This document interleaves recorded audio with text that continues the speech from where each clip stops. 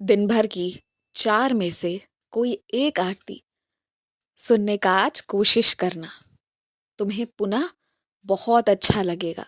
जब मेरी आरती सुनते हो ना, तो सामने जो तुम्हारा मोबाइल है उसे देखने की कोशिश मत करो। आँख बंद करो और बस मेरी आरती सुनो। एहसास करो कि तुम भी वहीं पर हो जहाँ मैं हूँ और बस मेरी आरती को सुनते रहो, सुनते रहो। करके देखना ये तुम्हें इससे तुम्हारी कुछ अच्छी चीज़ें जीवन में ज़रूर होंगी, कुछ नई लीला होगी। तुम जब भी मेरी कोई भी चीज़ की शुरुआत करोगे ना, तो उसमें मेरी किसी न किसी लीला का अनुभव ज़रूर करोगे। ये नियम है।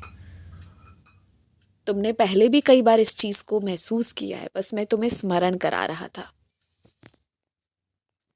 अब इस पूरे हफ्ते अपना काम मन लगाकर, दिल लगाकर करो और जैसे ही हफ्ते के अंत में तुम्हें छुट्टी मिलेगी ना, उस दिन मेरे लिए गरम जलेबियाँ बनवा कर लाना। घर से या दुकान से, जहां से हो पाए, एकदम गरम जलेबियां। परंतु मैंने कहा इस पूरे हफ्ते नहीं करना है ये काम तुमने हफ्ते के अंत में, जिस दिन तुम्हें छुट्टी मिले उस दिन तुम्हें ये चीज करनी है। एक बात समझना कि जिस दिन किसी की सालगिरह है ना, हो सकता है उस दिन किसी का देहांत भी हुआ हो। तो किसके लिए कोई एक दिन हो सकता है वो खुशी का दिन हो और किसी के लिए वो दिन हो सकता है दुख का दिन हो। तो तुम किसी को जबरदस्ती जिद नहीं कर सकते कि तुम भी खुशी मनाओ या तुम भी गम मनाओ। तुम्हारी कोई बात है, कुछ समझाना चाहते हो तो समझा सकते हो, पर किसी को कोई त्योहार मनाने के लिए जबरदस्ती नहीं कर सकते और कोई मना रहा है तो उसे तुम रोक भी नहीं सकते हो। मेरी इतने से बात को जरूर समझना। और तुम्हारे कुछ मित्र ऐसे हैं ना, जो तुम्हें यश तो नहीं देंगे, लेकिन अगर अपयश की बात होगी ना, तो तुरंत उसके लिए वो एकदम खड़े रहते कि कब जरा सी तुम्हारी गलती हो और उसको वो बढ़ा चढ़ा कर मान ले और बोल दे। अपयश देने के लिए एकदम हाजिर बैठे रहते हैं। पर ऐसे लोगों से अब तुम ऐसी अवस्था में हो कि दूर नहीं हो सकते। मैं ये नहीं कह सकता कि बात करना बंद कर दो, दूर हो जाओ, मतलब मत रखो, ये नहीं कर सकते।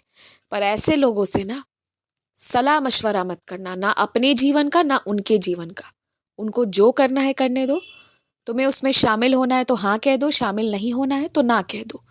और उनके जीवन के फैसले में बिल्कुल अपना दखल अंदाजी मत करो। तुमसे पूछे तो बहुत कम शब्दों में जवाब दो जो तुम्हें लगता है। और अपने जीवन का सलाह मशवरा बिल्कुल मत करवाना ऐसे लोगों से जो अपयश देने को तैयार है। अपयश देने को तैयार है इसका मतलब ये नहीं कि वो तुमसे प्रेम नहीं करते, तुम्हें चाहते नहीं है। पर हाँ, उनकी ये बुरी आदत है और ये सिर्फ तुम्हारे साथ नहीं करते, तमाम लोगों के साथ करते हैं। महीने भर में होली का त्योहार आने वाला है। इसमें तुम्हें कपड़े, मिठाइयाँ, रंग, ये सारी चीजें देनी होंगी।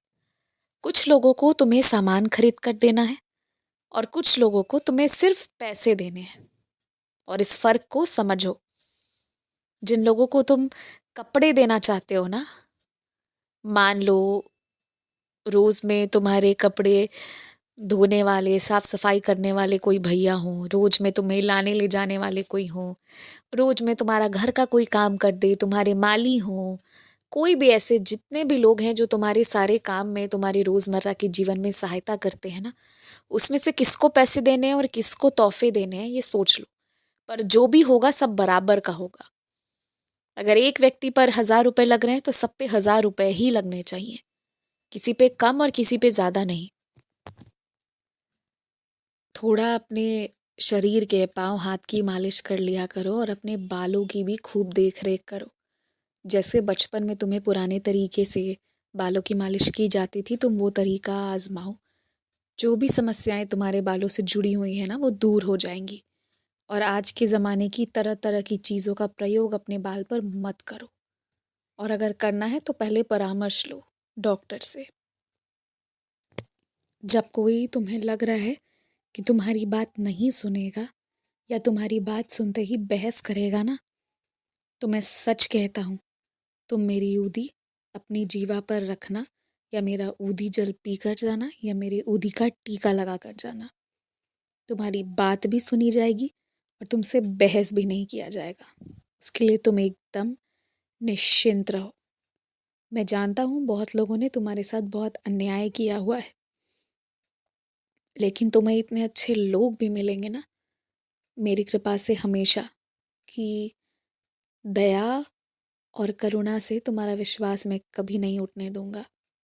क्योंकि अगर वो उठ गया ना तो ये तुम्हारी गलती नहीं होगी, ये फिर इंसानियत की तौहीन होगी और मैं ऐसा नहीं होने दूंगा।